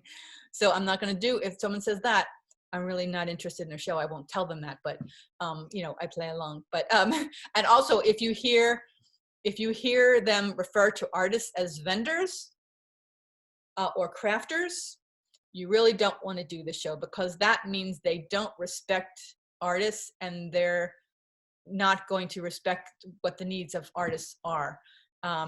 So that's just really important. Another thing I ask for, one thing to notice here is booth creep. I always ask about booth creep. What you see there, that stuff hanging on a clothesline, that's booth creep. Everyone, when you get into a show, what you get is you paid for a 10-foot by 10-foot space on the ground. What you put on it is up to you. You have to stay within those 10 feet by 10 feet. I mean, you can have an awning that sticks out as long as it's above people's heads. But anything that's on the ground that people have to walk around, that is outside that 10-foot by 10-foot footprint, is bad for your business. Because people are walking down an aisle looking at booths, and you have seconds to get their attention. If they have to look down to walk around something that your neighbor has on the ground, or a table sticking out, or a chair, in front of their booth, they're going to look down, and that for that second they look down, they're going to miss you. They're going to walk right by you. There's a show that I used to do, and it was a good show, a good little one-day show, cheap show in Philadelphia. I used to do. I always did at least $1,200. I'd go there, set up, easy peasy. Then one time I did it, and people next to me on my leading edge, people look to the right when they walk. You'll notice this. People, when they're shopping, they look to the right when they walk. So the person, if I'm in my booth facing out, the booth to my left, they're my leading booth, because people are going to go by them before they go by me. They put not even one chair, they put 2 chairs in the aisle on the corner of their booth, which meant that anyone walking by was walking by like 5 feet into the aisle rather than right along the edge of my booth. I only made like $300. It was that big of a drop because of those chairs. Now I had said I don't want to be confrontational, but I said, could you move those chairs to the other side? They didn't want to do it because they knew that they said, well, it would be blocking our booth if we do that.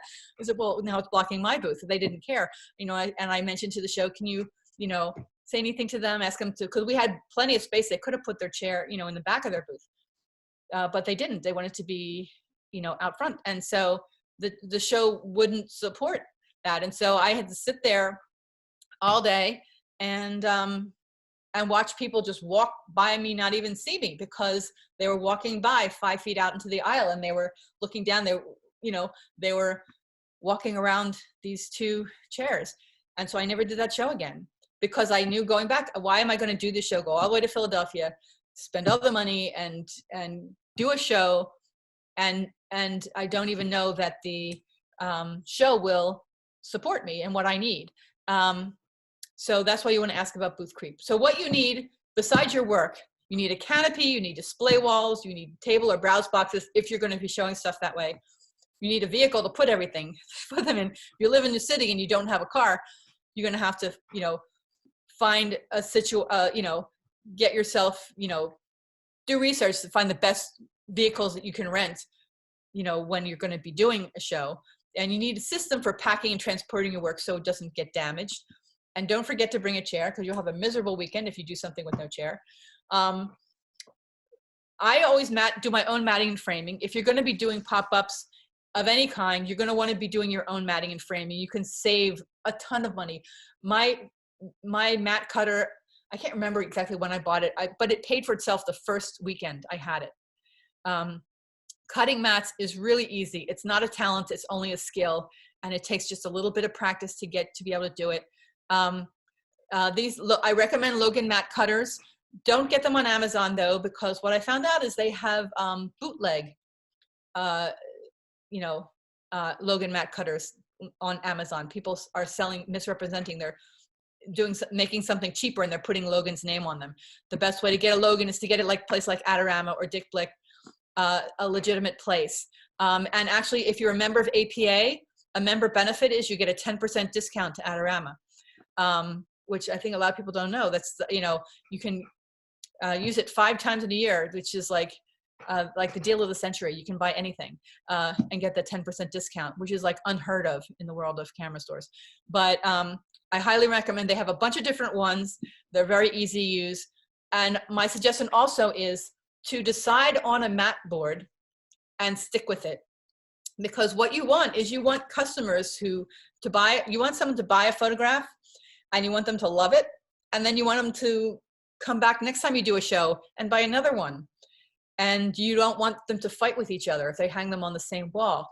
And if you have different mat boards, that's a really easy way. It can be just slightly different. You know how something that's just a slightly different shade of white they'll fight with each other. So find which mat board get some samples, find the mat board that you like, and make all of your mats with that same mat board. Stick with it. I've used Rising Museum board in white for like 30 years. I think. Has it been that long? It's been since like 92. I've been using Rising Museum board in white. I always get the same mat board, and I buy them wholesale. I buy them in size 32 by 40 sheets, and I cut them down into the different sizes. I plan it so I get as many mats out of a sheet as I can, and I use acid-free foam core board as a backing board. I recommend everything acid-free, because again, that's what's best for your customers, and what's best for your customers is best for you. This picture shows a bunch of different types of canopies. Basically the three basic types. There's the kind with the pointy top. This is the kind you see at farmers markets. You know, I had one of those when I was starting out because I had no money. And you can get those for like $200. But that's without sides. So then the sides are extra. If you're going to do things that are more than one day, you need sides so you can close it up at night. Then I moved on to this, which is which is a light dome rather. And then I had that for several years, and I got this idea that I wanted to have an extra tall booth, that instead of all these booths are like 6.5 feet tall at the eaves at this horizontal part. I wanted one that was 8 feet high. And you couldn't do that with a light dome, but you could do it with a craft hut. This is a craft hut. Look, this is it's a barrel shape, and this one, you know, slopes down on either side. This one slopes down on all four sides. So I sold first I had sold my pop-up canopy and bought my light dome, and then I sold my light dome and I bought a craft hut. And this is where you get into take care of your canopies, because if you take good care of them, you decide to move on, you know, you can always sell them, which is what I've always done. I always take good care of my canopies. Keep them dry. When a show's over, if there's been moisture, make sure you dry them out really well so they don't get mildewy. Keep them clean. In any event, so I got a craft hut, and it looked really great. A fantastic display. I had to get extensions for my racks. But people would be walking down the aisle and they go, "Ooh, what is," like it was capturing people's attention. But that thing was such a bear to put together. I started wanting to not do shows because I had to keep climbing up and down off a ladder, and it was just too much. So I sold my craft hut, and I went and bought another light dome. And also what you'll see is the craft hut weighs a lot more. You'll see see how dark it is in here as opposed to the others. It doesn't let as much light through. This is what they look like closed up at night. And you want to have sides. You can see this one has a zipper in the middle. You can also get them that have like 2 zippers, so they can be rolled up more easily. You can get them with windows. I don't know, if you're doing a show that is really rainy, you can keep the flaps down, but people can see in. If it has, clear plastic, you can get them with, you can get all kinds of bells and whistles. The only thing is, my suggestion, they cost a lot. You can buy them in pieces, meaning you can buy the basic stuff and you can keep adding on.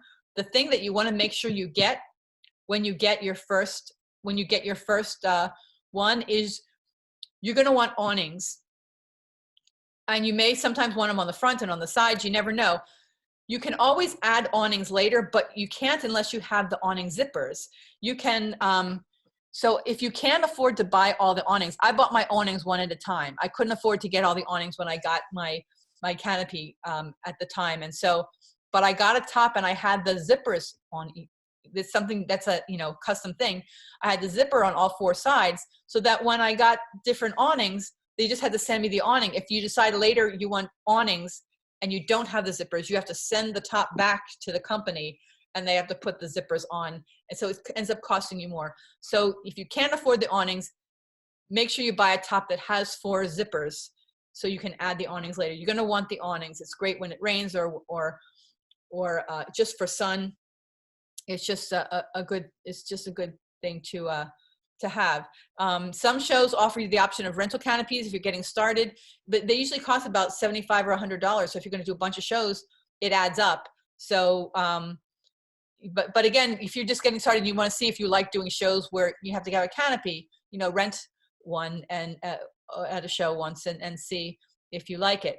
Now this, for the vertically challenged, this particular canopy is the only one that you can set up with the top on without putting the legs on. So it's easiest. This is the easiest one to put the top on. And this is the trim line canopy.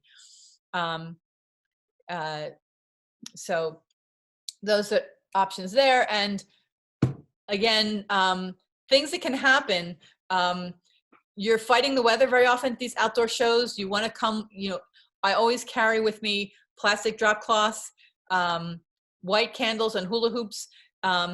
Especially if you're using the kind of canopy, if you're using a light dome, if you're using a canopy like the one on the right here, you don't have to worry about water. But if you're using one of the ones that a pop-up canopy, the easy up, the farmer's market type of canopy, they pool water. And what happens when it pools water is what you see on the left. It just starts with a drip, drip, drip, and then it just keeps adding. And if it was raining overnight, this was what happened. It finally collapsed. So what you do to prevent this is hula hoops or pool noodles. And you put the hula hoop, have 4 hula hoops, and put it over the frame, but under the fabric. And it just makes it convex rather. And so it won't pool water. Do that at each corner. And also these canopies drip at the seams. And so, so they're better for people who don't have stuff on paper. And, you don't want to go to a show with photographs and leave with paper mache. So if you're using one of these nylon canopies, before you go to a show, at home, you get white candles and you put the canopy on the ground upside down. And so on the inside, you just color like you're coloring with a crayon on the seams with a white candle. Just over the stitching, so that all of the stitching, so that it won't leak if it happens to rain. And you also need the WD-40, because once those parts get wet, the legs on the canopies telescope, and if they get wet, they don't telescope so well. Now you're going to need walls to hang your stuff on. These the graphic display system, you see them all over the city. The picture mafias use these racks, but they use ones that are shorter. And in case you're not, picture mafia, that's the term used for those people who sell pictures out on the streets in the city. Most of that work is copyright infringed, copies of copyright infringed stuff. And a couple of big companies that have these people that work for them all over the city. And if you do decide to sell your work on the street, you'll encounter them. And I would just say, the rule is first come, first serve. But if you want to set up your work on the street, you first have to scout out a place and make sure it's a place where no picture mafia guy already sets up. Because if you do set up in their spot, they will come along and tell you to move. And if you don't, they will pick you up and move you and break your stuff. In any event, but they use these kind of racks, nothing to do with the racks. It's not the rack's fault. But if you use these kind of racks, you want to have fabric covers for them. Because if you don't, aside from the fact it doesn't look as good,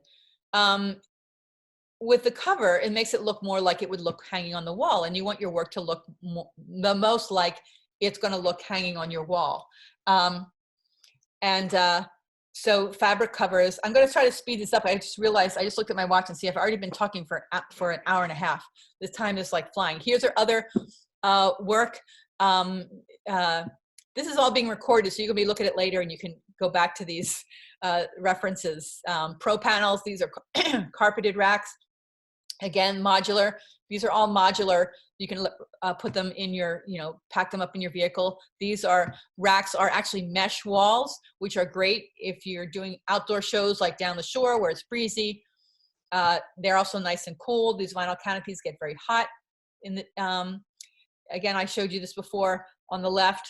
In a perfect world, what I would show is a booth slide during that at an actual show. You can see I have the sides on and they're rolled up and everything. Booth design evolution. There's something called butt brush, meaning most buyers are women. You want to appeal to women because most women are the best spenders, that they will be most of your customers for anything. But they don't like what's called butt brush, meaning they don't feel comfortable in a place where someone's going to brush up against their butt.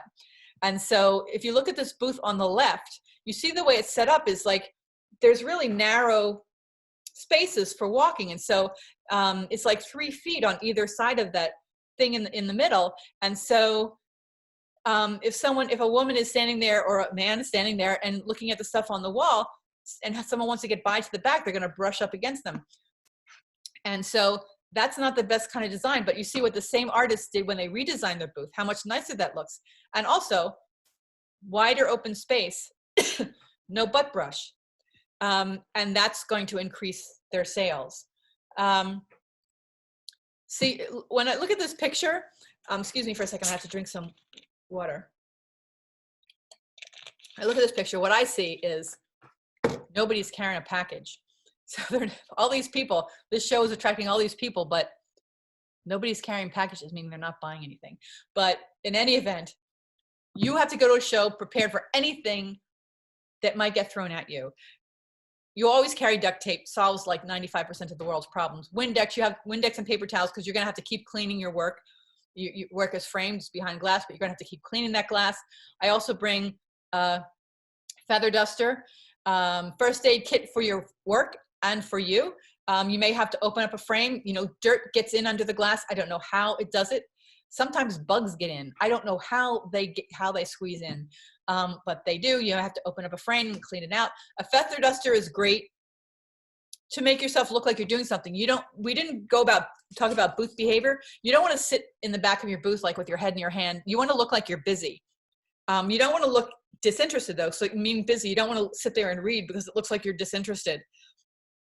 But if you have like a feather duster, and you need a feather duster because if it's breezy at anyway, there'll be dust that's going to gather on your stuff, and you can dust a little and whatever. Makes you look like you're busy but still interested. Feather duster is great. Breath mints, seriously.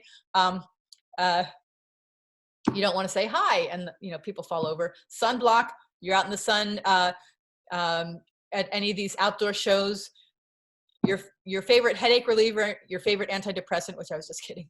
Pepto-Bismol. I don't eat show food. I always bring my own food. If you're going to eat the food that they sell at shows, bring some Pepto-Bismol.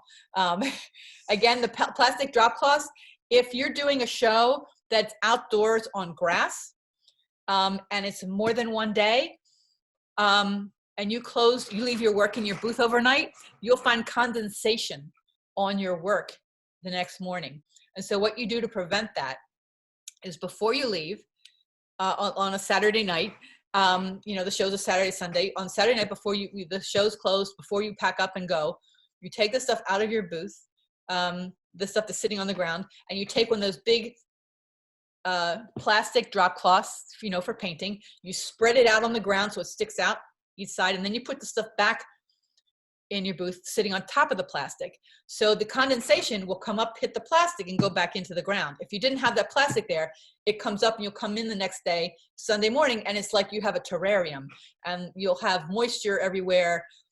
Water will be dripping from the ceiling. So that's really important to have the drop cloths. Calculators, extra pens and zip ties, wet wipes, especially now, if you can find wet wipes now. I always had wet wipes anyway.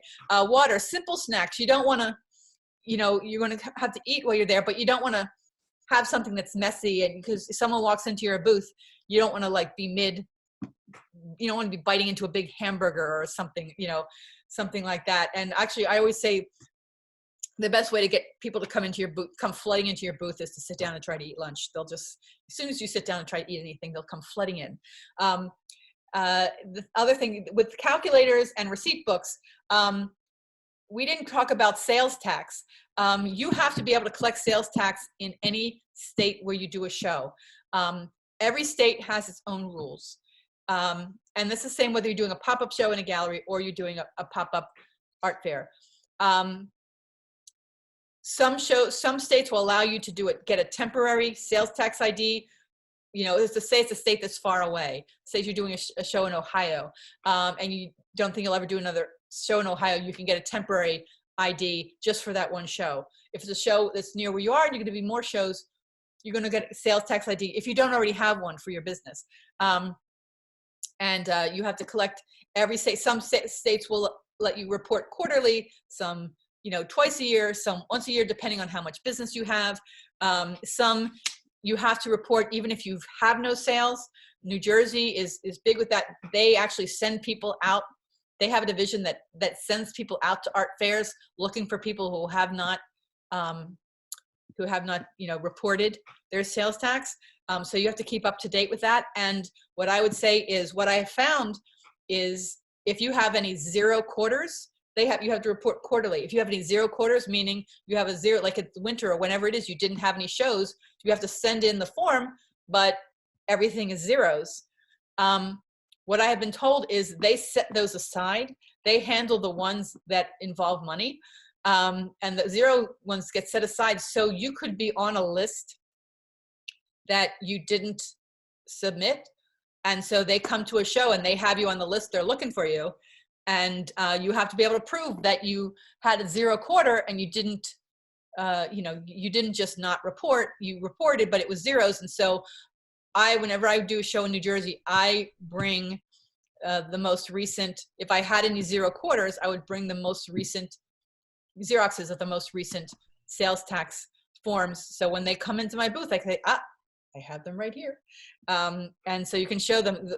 For the first year I was doing shows, they kept coming to me every time I did a show. There was someone else with my name who was apparently not reporting. And they kept, they did the first show I ever did. I said, how could I owe you any money? This is my first show. And it turns out they finally checked the numbers with my name, but a different number. So you really have to keep on top of that. Here are also matting and framing resources. Quickly, Deb, we got about 20 minutes left. So I know you probably have a little more on the presentation. I have about 3 or 4 questions that will be answered. Sure. So let you know we have that time. Sure. Want to give me the questions now, or? How much more of the presentation do you have? Not that much. Let me go over media relations, and then we'll get to the questions. Yeah, sounds okay. Good. Again, like I said, art fairs are like pop-ups. In the only difference is, in an art fair, you don't decide who's in the pop-up with you, but you still have to handle. You still have to do some media relations and be prepared for what the show does. Some shows do it well, some don't. But you should have your own press kit that you have with you. So if there is media at the show, you have a press kit for them. Number one. You need to learn how to speak soundbite. You need to know the stats for the show. So if, say, the show did a good job and so the local TV station is there and they happen to come into your booth, you know what to say. And I learned media, like I mentioned earlier, from the Muscular Dystrophy Association, but I also was a clown with Ringling Brothers and Barnum and Bailey Circus. And at Clown College, they taught us about how to handle the media. And we did drills and on mock interviews to get used to it. They will always try to, not always, but a lot of times they will try to get you to say something negative, and you never go negative. You are always positive. Your mantra, as I have here, is I am Pollyanna. I am Pollyanna. No complaining, because you have to think about the people watching. Say someone coming from local eyewitness news, and they're interviewing people for a spot. No one watching that at home, no one wants to go to a place where the people are complaining. I don't care if it's been raining for 2 days and you were up to your knees in mud and you're covered with mosquito bites and whatever. We're having a great weekend here and we're loving all the people come out. They love the art and everyone's finding great stuff. And it's, everything is fabulous. You don't complain. You do not complain. And you keep repeating, because I know if you've ever been watching something on TV and you're not really paying attention, and then like halfway through you start paying attention, you think, oh wow, I'd like to go there, but then they don't repeat what it was or where it was. So you just keep repeating. I'm at Long's Park in Lancaster, Pennsylvania, and here at Long's Park, and you learn how to do it so that it sounds natural. Whenever they ask you a question, well, here, and don't worry that you're saying it too much, because they're going to edit you anyway. So, and they say, well, what's it been like? Well, here at Long's Park, it's been really fabulous. Don't say, oh gosh, it was rained all yesterday, it was really awful, but we're hoping it'll be better today. No, we had a really fabulous day yesterday here at Long's Park, and we're hoping it'll be even better today. Come on out, we're here till 5 o'clock, whatever. You just keep repeating it.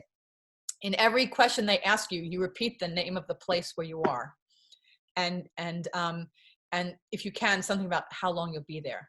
And the power, I talk about the power of a TV spot. And the example I always give is a show I did down on the Jersey Shore. It was this poorly organized show where they make you wait. As you set up on a Friday, and the show is Saturday and Sunday, and they make you wait. They make you come to stand in line at 3 o'clock. Everyone gets their spot, and then they can go set up.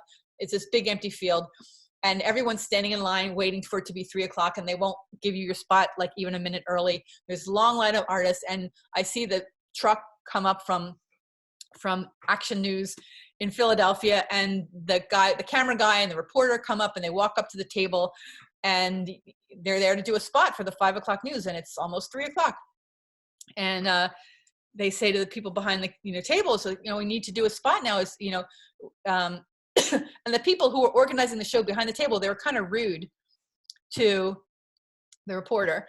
And she said, can people start setting up? No, they have to wait till 3 o'clock. And then she turns to the people in line, and she said, how long will it take you to set up? Oh, it takes, and then they all start complaining. Oh, it takes me 3 hours. Oh, it takes me 5 hours. It takes me 12 hours.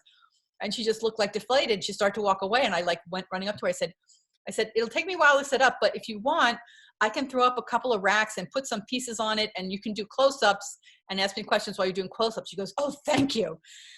And so I did that. I just went to my car, and I put up a couple of racks, and I hung 6 pictures, and they just zoomed in, and she was having me talk about the work. And my work is hand-colored black and white photographs, and I have to explain it till the cows come home. No one understands what it is. I explain it. What is it? Is it Photoshop? No, it's not Photoshop. I take a black and white photograph and I paint on it with oil paint. Is it watercolor? No, it's oil paint. It's like, it looks so real because it's a photograph. I have to explain it over and over all day long. So I was explaining, the different story that I had ready for each piece. I talked about this picture of the cows, and this point out this cow started chasing me as soon as I snapped the shutter, and this picture of these apples on a windowsill. I love this because my grandmother was actually sitting on the couch underneath the window when I took the picture, so I always think of her. So I had this little story that I have in advance for all of my pictures, part of my pattern of selling my work. So by the time she was done interviewing me, all these other people were starting to step in. They're saying, hey, come talk to me, come talk to me. But they had already told her, they had already been kind of rude to her. So they left. They put together a package. It was on the 5 o'clock news and the 6 o'clock news and the 11 o'clock news, and it was on the following morning. And all weekend long, it was the best show I ever had in that place. All weekend long, I'm sitting there, and I keep hearing people explaining my work to the people they're with. Oh, this cow started chasing her. Oh, this, she makes black and white photographs, and then she paints on it with oil paint. They were they knew, all these people had seen it. The power of just being able to seize the opportunity and being polite and a mutual, something to mutual benefit. It benefited this poor reporter who had to get her package together for the 5 o'clock news, and it also benefited me. And, it's a way of doing business. And I always refer to Miss Mazeppa, who, if you don't know, if you're not Broadway literate, Miss Mazeppa, you got to have a gimmick if you want to get ahead. And think about what makes you newsworthy so you can talk to the press, because the press is your friend. Did you want to ask some questions, Travis? Yes, absolutely. We got a couple minutes left. So there were a couple questions that people had asked, and one of them is, I'm a pro with liability insurance for my commercial shoots. Would you recommend having a permit of insurance for street shows, or is this a given? It's always good to have, every show makes you sign a hold harmless that puts everything on you. If someone trips in your booth, they can't sue the show. They're going to have to sue you if they're the kind of person who's inclined to sue. So yes, have a liability insurance that covers you for that's separate from being in your studio. Fantastic. Another question that we had, what are your thoughts on sites like Artfinder, Saatchi, and Print on Demand? I've never used them, but I would look at the way they work and see, I've also seen people selling work on Etsy. They don't sell expensive work, but there are people who sell inexpensive prints, but they sell thousands of them. If you hit on the right, I've seen some people who are really smart about what it is they're doing, and they're hitting a certain market. So definitely there's a place for all of these. And you just look in the fine print to see if you can be represented in multiple places. Or if you can't, you're going to want to do your research to make sure you're finding the one that's right for you. Someone had kind of asked, and it's sort of a hard one, and it's just, I think, just opinion. Do you predict this kind of event will be happening by fall, hence COVID issues and stuff like that? You know, it's funny. One of the shows that I've done in the past sent out an email today, and that's a show that happens in mid-August, and they say they're going full steam ahead. They're expecting it to happen in August. You know, I think with some shows though, they're tiptoeing in. Everyone is a wait and see kind of a thing. It, you know, it depends on the show. So I know I was asked and still going to be a judge in October, so they haven't canceled an event that I'm supposed to judge. Yeah. Yeah. Who knows if it comes, if it'll be gone or if it goes and it's going to come back, you know. But I certainly think the outside events will be more quick to come back than the indoor events. Exactly. That's the thing is a lot of people, you know, outdoor shows are, you know, you can do regular pop-up shows instead of doing it in indoor galleries. Find a place where you can do a pop-up show outdoors. You know, and if you live in a small town that has a main street, or you know, put up a clothesline show, get a few photographers together, do a clothesline show, whatever. You know, it's an opportunity. It's going to be. This is like you're right. These will come back before the inside. You think of how many people go to a gallery opening and how we're all crammed in like, you know, like sardines. I don't know how many people are going to be comfortable doing that so soon. You know, we just don't know. You know, so, you know, what can you do? But we just have to muddle along. Yeah, I think this last question is a good one to end it on. What do you think the realistic costs on entering some of these festivals between, and are there entrance fees and putting up a tent and printing all that? What are the realistics on the high and low of kind of getting into that? They're all over the place. Booth fees have gone up a lot in recent years. As there's application fees and then there are booth fees. Application fees, there used to be a lot of them that were free, but now, as I mentioned, a lot of people use applications, so they have to charge. Most shows, you know, they can cost between $10 and $50 to apply. And then at your actual booth fee, if it's a one-day show, it's a local show like put on by the PTA or the Kiwanis Club or something, it could be $25 or $50 or $75. Two-day shows can be anywhere from a couple $100 up to close to $1,000. It depends on the show. Most of them are in the like $300 to $500 range. And, you know, and then there's all the costs of travel there. And if you have a multiple day show, you have to stay in a hotel, you know, or unless you work it so that you're doing shows in places where you know people nearby and you can stay at people's houses, you know, for free to avoid hotels. That's, you know, something too. So, yeah. So you want to be prepared for a show because it's costing you, you know, it's costing you a fair amount to do it. Right. And I also should mention that I know people who do these shows to promote their portrait work or their wedding and bar mitzvahs, their event work. They will get a booth and they will hang their work, and they have the easier setups than people who are selling their work at the show. They're hanging up their, you know, their portrait and pictures, good examples from their weddings and stuff, and they'll have a table and they'll have an album there. And that's how they're using it as a way to advertise their studio. So. There was one last little thrown in here. Let me see.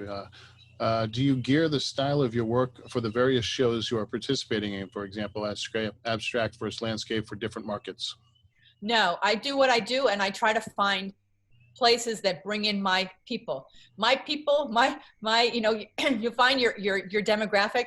The people who respond I have found over time, the people who respond best to my work are Jewish women and gay men. So I try to find shows that attract Jewish women and gay men.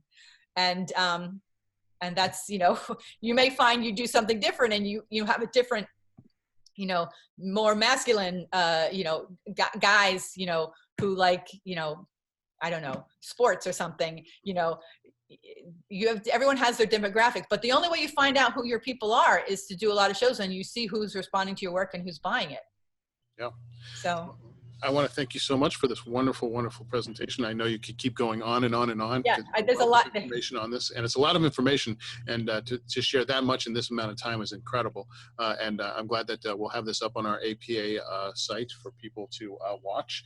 I will post that in the dialogue here, so people can look at past and present episodes that we have, and can subscribe and see new things that are going to come up, which are always, we're coming new content. And we have a new open talk this Thursday, which is a continuing conversation about photography in the age of COVID-19. And I always have guest panelists every week that are really insightful, and we just have a very open, honest talk about where we're at and how we're feeling and what we think the present and future are going to really have an impact on us. So we're going to do that. I will put the rest in the panelists here. Any closing remarks from you, Deborah? Just if anyone has questions, post them in the comments underneath the Facebook post, and I'll do my best to answer them. And yeah, that's I just have a couple last quotes for people who want to read them, and other than that, just give it a shot. I don't want people to be discouraged because it's a lot. Yeah. But once you understand it, it's like anything that you're learning. It becomes part of your workflow. You just have to wrap your brain around it. I mean, it's something that it seems very overwhelming to all the aspects to get your first one up, or putting in and line it all up. And I mean, I think the last question I would ask is, what steps should you take to really if you're going to really plan your first one? I mean, do you put all the artwork and put it on the wall and say, all right, I'm going to put the wall here. I'm going to get a tent. I'm going to look at this one thing. How do you bite off your first one? Well, what I did, and I did it, really because this was the only way I could afford to get into it. But I realized once I was into it, this turned out it was the best way to do it anyway. I started with small shows. Because the worst thing is I always tell people, don't apply. If you've never done any shows, don't apply to a big prestigious show. The worst thing you can do is get into a big prestigious show, and then you either don't have enough stuff, or you make a bad impression on the people when you get there, because they won't let you in the show again. Yeah. And you also, I was doing small shows. I was doing these little PTA shows because at the time I started, I didn't have any money to spend hundreds of dollars on booth fees. I was broke. And so I was doing the shows that I could get into for $25, $35, $50. And I had this promoter come along who really liked my work and kept seeing me at these shows. She was going along looking for people, and she wanted to get me to apply to her shows. And I said, I can't afford it. She goes, look, I love your work. You can pay me once you get there. Wait till you do some sales and you can pay me. And no, who does that? And I said, but I can't do that, because what if I get there and I don't sell anything, and then I'm going to owe you money? I'm going to leave owing you money. She goes, I guarantee you're going to sell. And so I finally did it, and I did a show. And the first one, it was a big show, and the first day was rained out. It was a really horrible storm. And I thought, oh my God. And the second day, so it was only ended up being, no one could set up even. We set up on a Sunday morning, and I sold out. Wow. In one day. So it turned out it was good that it was I only got to do it one day. I would have been sold out on Saturday, and I would have made a bad impression, but I sold out. I couldn't believe that there was this much money to be made. And I had a horrible booth. When I look back on what it was, I didn't even have enough money to buy racks to fill 3 walls. I had enough to fill one and like a third wall. And I had a table on the other side. I looked back and I said, I can't believe that I was ever admitted. But that promoter had faith in me and let me do that and get started. And with the money I made from that show, I was able to get into other shows, and I was able to, get a better, buy more racks. I was buying the racks one at a time till I had enough to fill the booth. So I would say, start small, because you're not going to know what people are going to respond to until you're actually in front of the public. Yeah. And they always surprise you. Yeah. Well, that's fantastic. Thank you so much. And I want to thank everybody, and hopefully you got some great ideas. And if you want to do any follow-ups, you can find me. I'm easy to find at chairman@apanewyork.com. We like your feedback, your input, your questions, what you like, what you didn't like. And if you have questions for Deborah, where can they reach you? They can write to my develop photo newsletter at gmail.com, or if they want to write in the comment section under these posts on the Facebook page. Well, this is actually just on Zoom. So if you watch the replay on YouTube, you can write comments there, or reach out directly. Yeah. Thank you so much, and have a wonderful day. Take care. Bye, everybody. Bye, everyone. Good luck.